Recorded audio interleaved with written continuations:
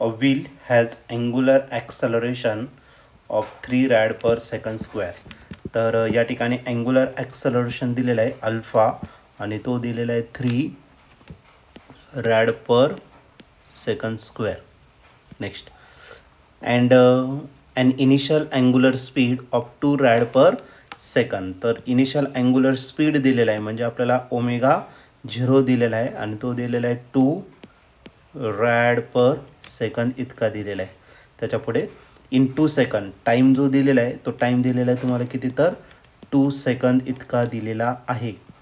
Next it has rotate through an angle in radian of. तर किती अँगलने तो रोटेट होणार ते आपल्याला फाईन करायचं आहे. म्हणजे काय फाईन करायचं आपल्याला थिटा या ठिकाणी आपल्याला फाईन करायचं आहे. तर हा क्वेश्चन 2024ला आलेला होता. त्याचं ए ऑप्शन आहे 10, बी ऑप्शन आहे 12, सी ऑप्शन आहे 4 आणि डी ऑप्शन आहे 6.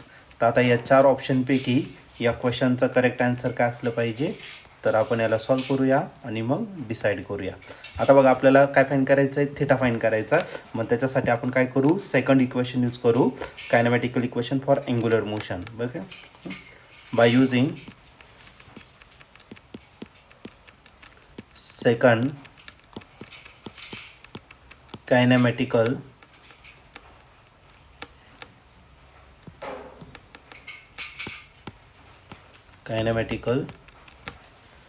इक्वेशन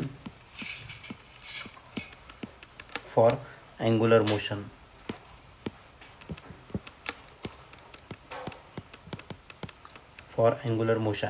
तर ते इक्वेशन आहे theta is equal to omega 0t plus 1/2 alpha t square. आता आपल्याला थिटा फाईन करायचा आहे. ओके तर थिटा या ठिकाणी आपण फाईन करणार आहे. थिटा ॲज इट इज लिहिणार.